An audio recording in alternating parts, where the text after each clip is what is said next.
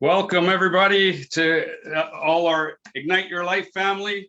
Welcome to this special interview Sashi and I have planned for you guys today. We are so thrilled to have in our presence our good friend, Robby Mason.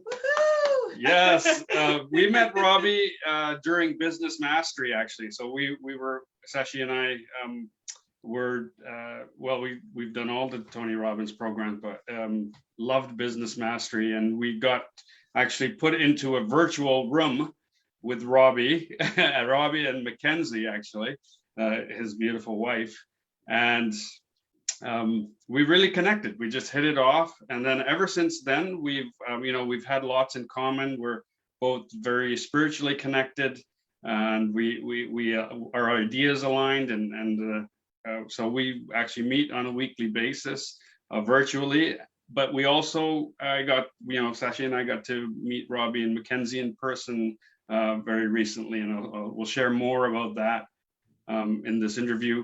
But Robby, welcome. Thank you very much for joining us, taking the time, and we'd love to hear a bit of your story. But maybe you can start with a little bit of background. Who are you? Where'd you grow up? Those sorts of things. Absolutely. Thank you so much, Rick. And yeah, it's a pleasure being here. And I'm so grateful and honored to be a part of this. And hello to your Ignite Your Life family. Rick and Sashi, all just such amazing and wonderful people. So thank you for having me on. Just a quick little intro bio and summation. I grew up in Florida of the US, Jacksonville. And I went to UNF for college, got my bachelor in psychology. As far as work experience, most of it was with UPS. Started as a senior in high school, worked through college, paid for my college, and stayed on, kept getting promoted. So got about 14 years of experience UPS. And I left early last year, 2020, to start our own business. My wife and I, we started our own business just before the pandemic started. No, that's Sashi. I'm sorry. Oh, no problem. And then, later on, towards, I think it was August, September, around this time last year, we met y'all guys in the Tony Robbins event. So yeah, that was amazing. And what a wonderful experience that was. And then, just situation in our life changed, and opportunity presented itself for us to make a big major move. So we moved from Orlando, Florida, to here, Salt Lake City, and we've been loving it so far.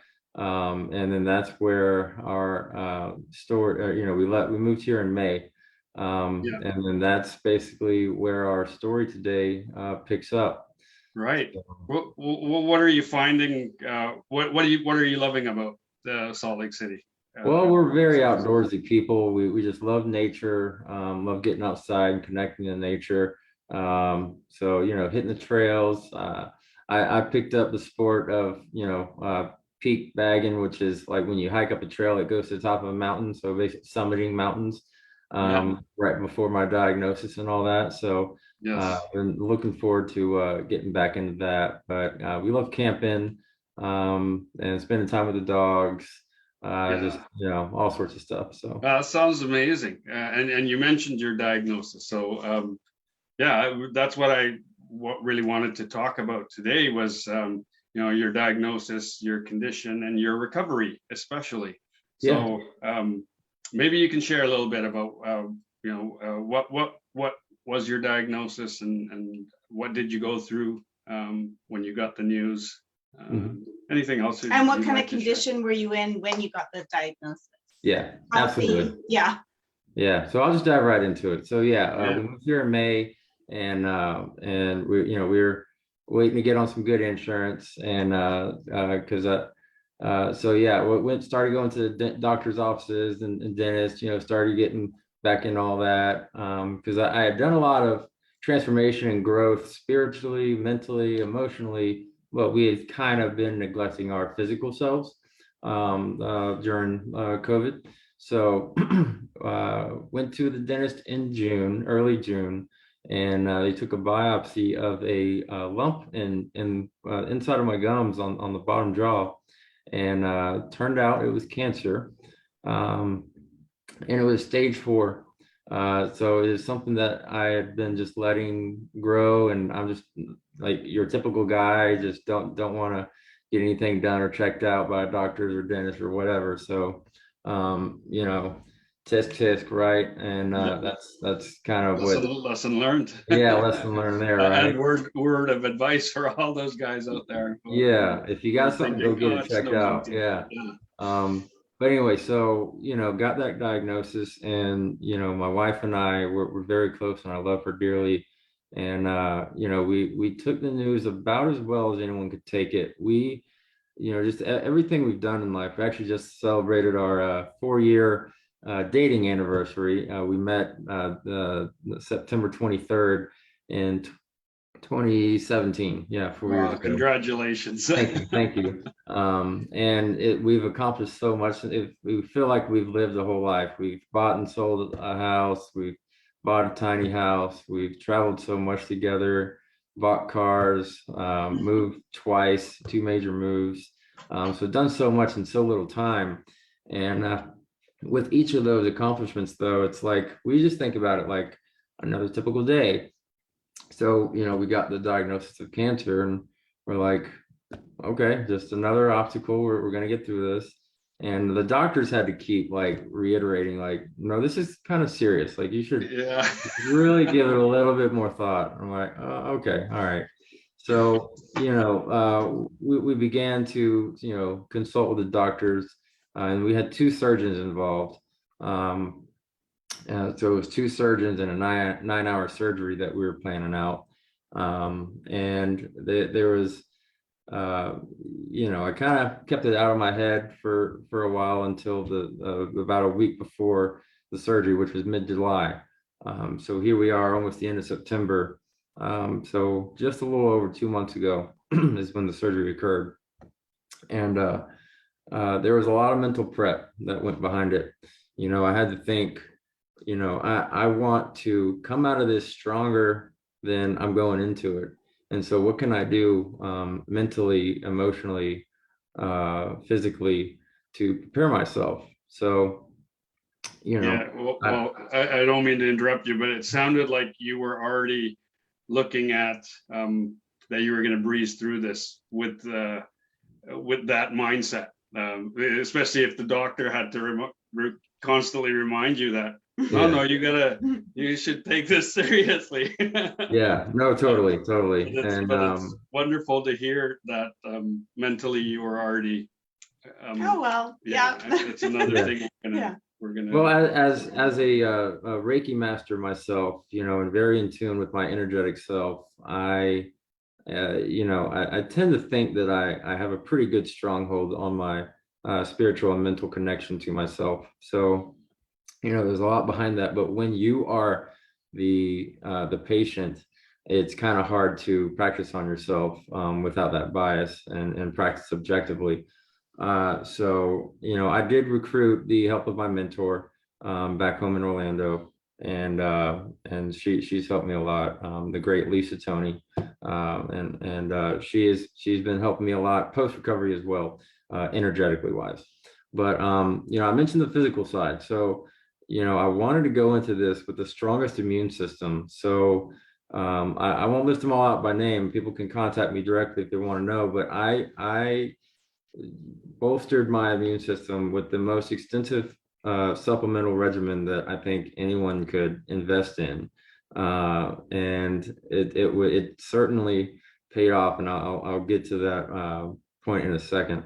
But yeah, so it was a big mental battle to prepare myself going into this, and not just mentally but physically. So I'll continue. So we had the surgery in mid-July, and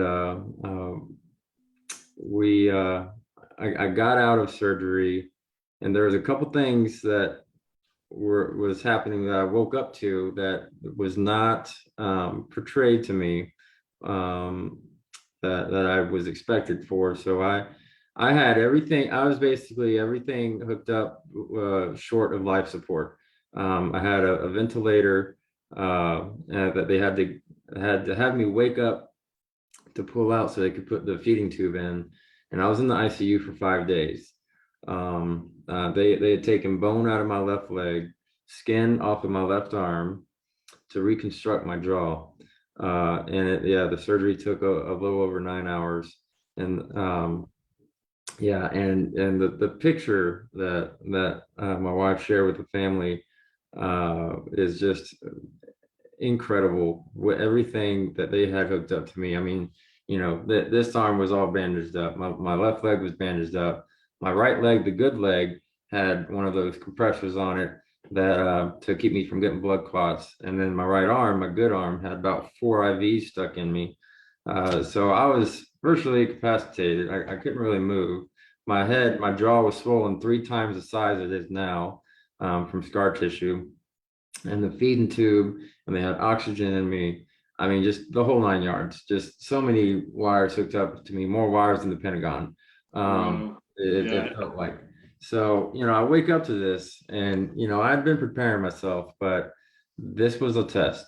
And, there was the ICU time.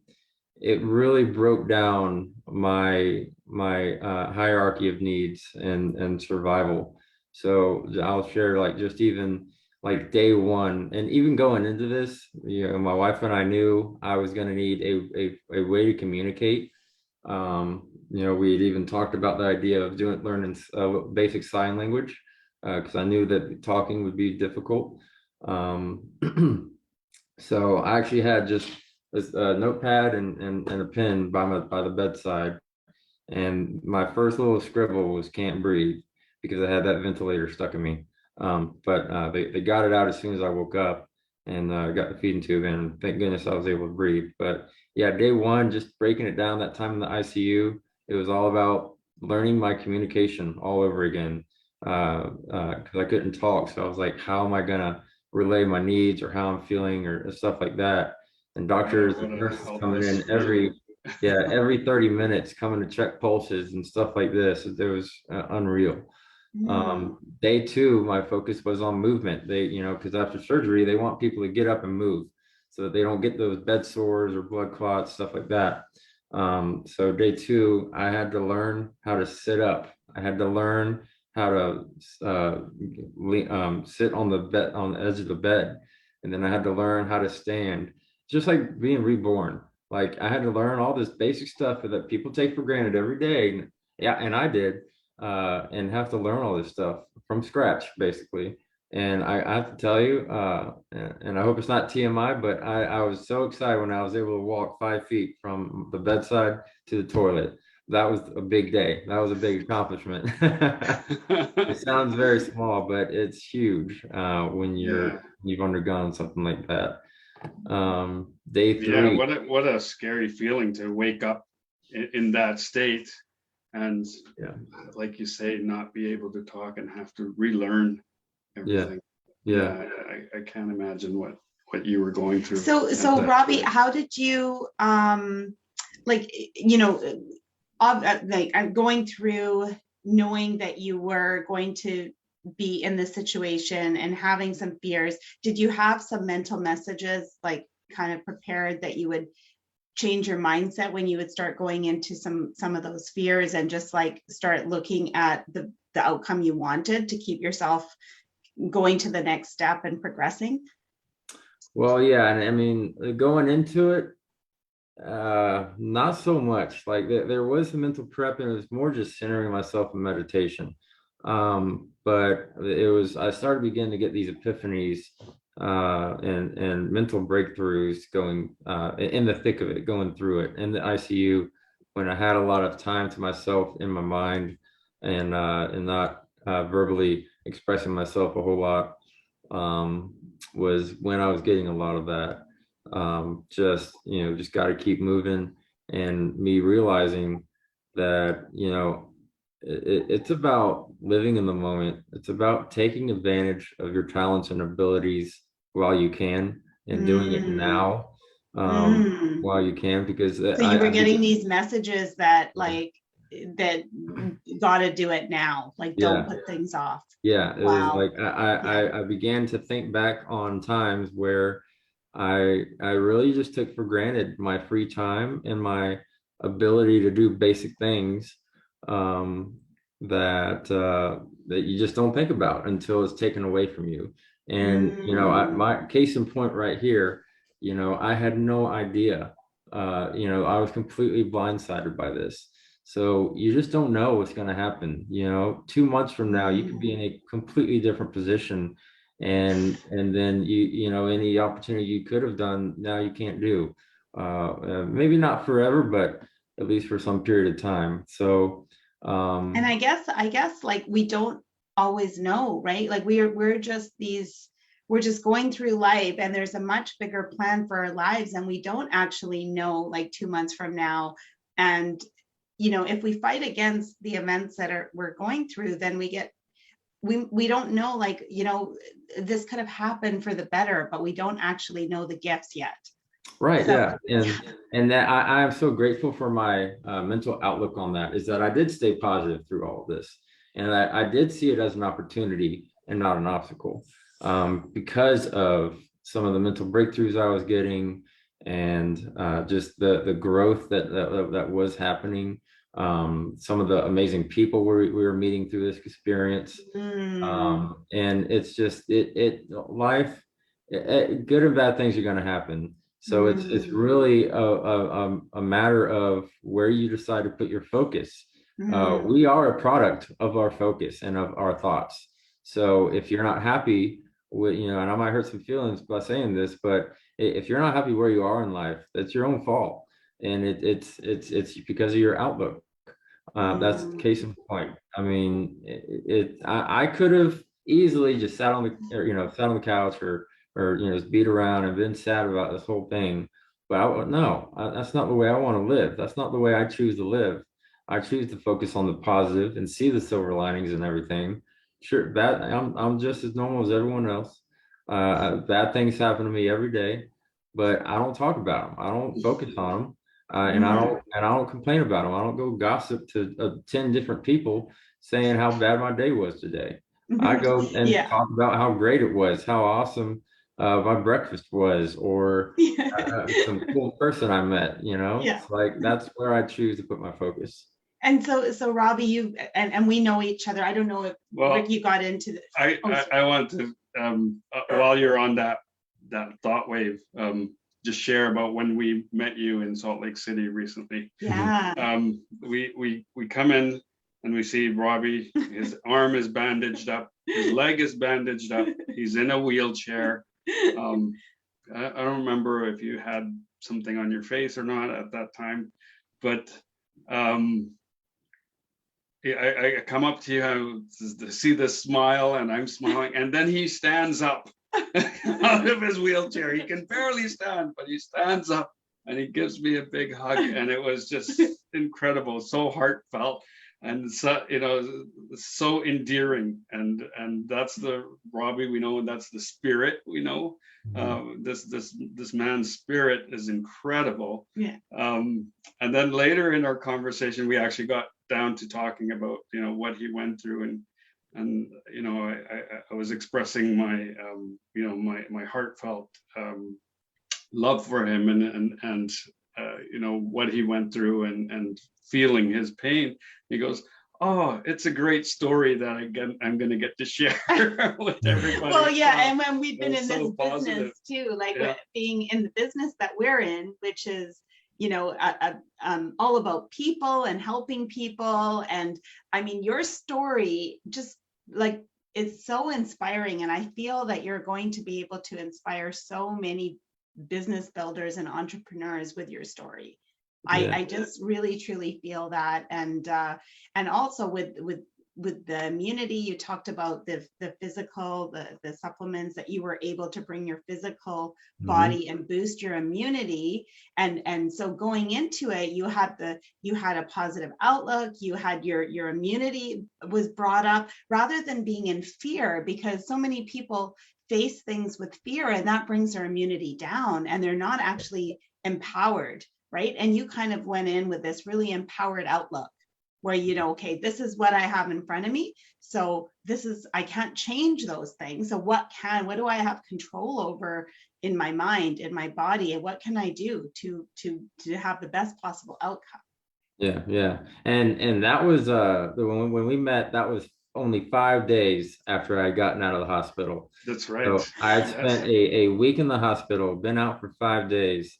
Actually maybe 4, because I got out on a Wednesday. Our thing was on a Monday. So whatever, 4 or 5 days. Yeah. And no, that was one of the first things that I thought of when the surgery was being scheduled. I'm like, that is scarily close to this event that I've been planning on attending on for months. So I was like, I am not going to miss this. You're going to roll me in this hospital bed if you have to. Wow. Wow. Amazing. And they had given me they forced me to buy a walker. They wouldn't let me leave the hospital without purchasing a walker. I used it for maybe 2 days. I was like, I don't need this crap. I was so determined to get up and move. But yeah, for the sake of a tour at a facility, I was like, I guess I'll sit on a wheelchair, maybe some of it. Speaking on the supplements, I was so determined to just go into this thing strong and come out even stronger that I had spent time from diagnosis leading up to surgery on the extensive supplement routine, and coming out on the other side, scanned myself there 5 days out of the hospital with a carotenoid scan score of 65,000. Wow. So on a scale of 10,000 to 90,000, where most average Americans are around 20 or 30,000. Yes. Coming right out after surgery, I was at 65,000. And how long had you been on them prior? Some of them I had been taking for about 8 months, but there was a good handful that I had added on to give me extra immune support that I just took the month leading up to the surgery. So, right. That is a testament to the products themselves. And I was so grateful that I have access to those. I haven't been able to pick them back up because of going through chemo and radiation now. Actually, just rang the bell on my last chemo treatment yesterday. Yes. And wow. I get to ring the radiation bell. Thank you. I get to ring the radiation bell this coming Wednesday. And probably about a week or 2 after, I'll be able to pick all this stuff back up, because they don't want you on antioxidants during these treatments, just in case it might conflict. It's all theoretical, but I was like, I think I have some immune points to give just in case. Yeah, well, we're on some of those same supplements that you're on, and I've found since we're in our 50s now, and we've had so many benefits from those supplements ourselves, just in our immunity being rock solid. We don't even get like the occasional cold or sniffle, right, or feel down in energy. Our moods are elevated, and I really do swear by these supplements as well. Like, I just can't. I'll notice, like, after an hour or two, if I'm not haven't taken them, like I just won't feel as on. So it really does make a difference. And I feel that our diets, just with the food that we eat, they just don't have everything we need. Even if we are careful and eat the greens and eat what we're supposed to be eating, we just can't get everything through our diet. So being able to supplement through high quality nutritional supplements makes such a difference. That's true. Yeah. Robby, we have about 5 to 10 minutes left, and I'd love for you to share about your conscious journey, and then also a little bit about what you're doing now, your company, with the business. The business, Adams and Oris. What's going on? Yeah. Sure. Absolutely. Yeah. So I'm actually contemplating it. I think I've decided I'm going to write a short book, a novel. Awesome. I was going to say that this needs to be written while you're still in the mindset. Well, yeah. Because I have notes right now on my phone that every time something hits me, or and I, it was notes I started in the hospital, and carried on through this recovery process. And so I've got some short little snippets that I'm happy to share through writing. But yeah, it's just very in-depth stuff as far as my consciousness understanding about my personal self and who I am as a person and who we are as beings. And one I'll share here right now is, I mentioned last year going through such a transformation, and I had focused so much on mental, spiritual, emotional, but I was lacking in the physical. So it just goes to show you how diverse and intricate we are and complex we are as human beings, that it all it takes is just leaving out one of those rings, and they're all we're everything's connected. We're all connected, and we all share the same psyche, conscious energy, that if we forget to tap into that, then we can, science can show in our personal lives. But yeah, so it's just it was just really mind-opening for me, because even though so much effort I put into this, that still things can happen.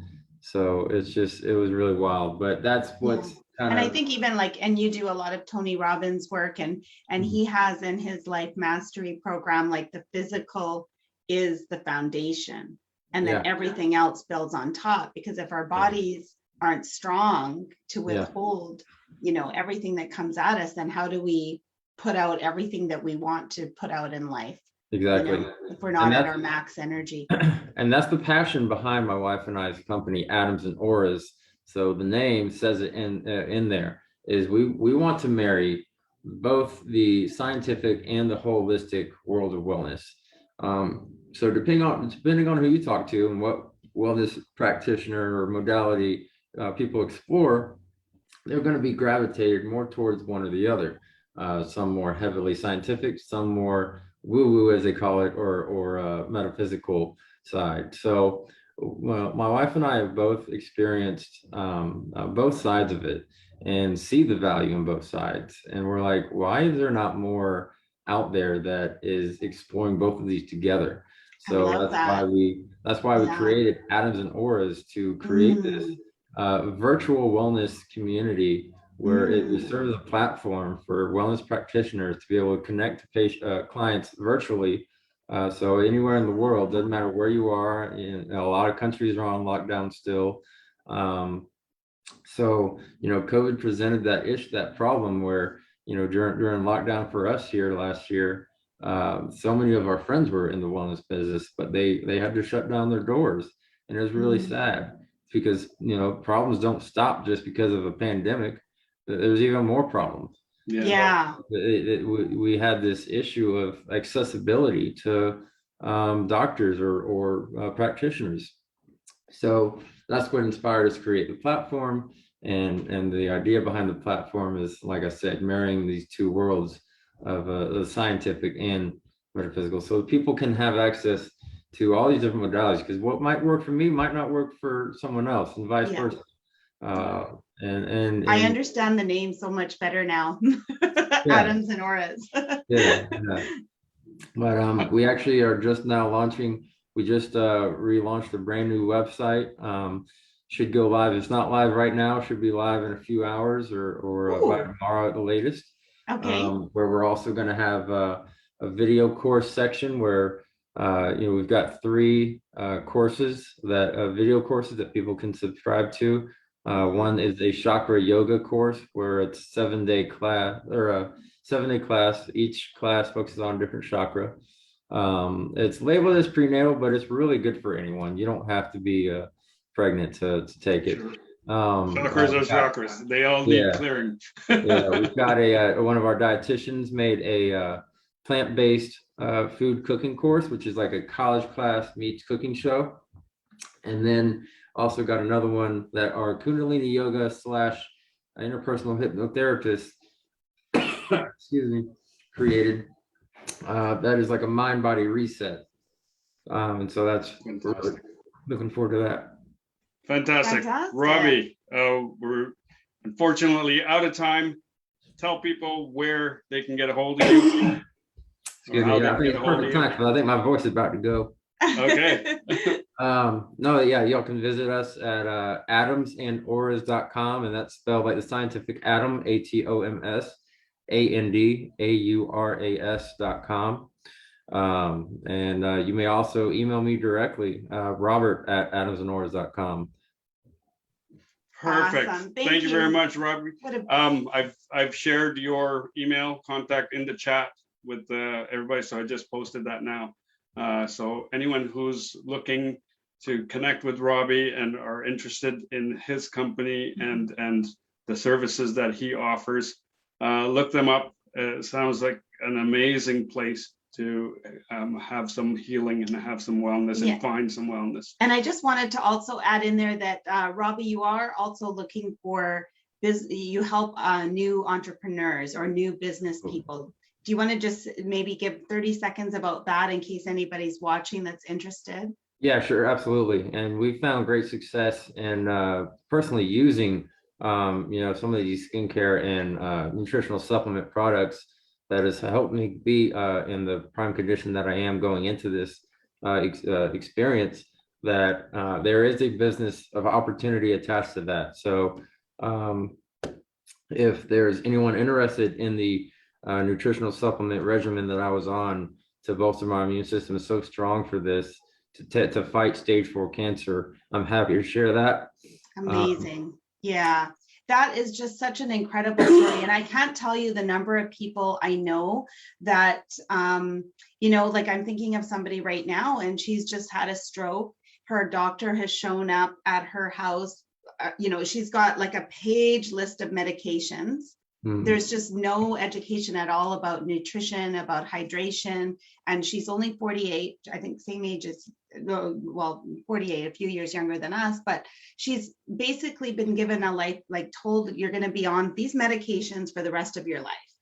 And no other education. And she's just at home, and I just feel like this kind of a story that you're giving would be so inspirational for people that are in those kinds of situations. Absolutely. Yeah. And I don't profess to be a doctor or a medical expert, so I will just say that disclaimer. But I am happy, of course, to engage with people and share my story in more detail, and maybe see if there is something that I did along the way that could also benefit others. Yeah, I'm definitely more than happy to do that. And yeah, just excited to co-create and learn from each other. Yeah. Absolutely. Thank you Super, so Robby. much, So if Robby. anyone watching the broadcast right now is curious about what Robby did for his remarkable recovery, his email address is available in the chat. Please email him, and I know he would love to hear from you.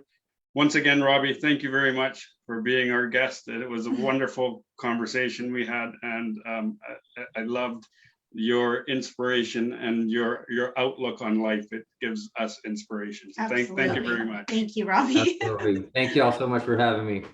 Thank you. Bye-bye. Bye, everybody.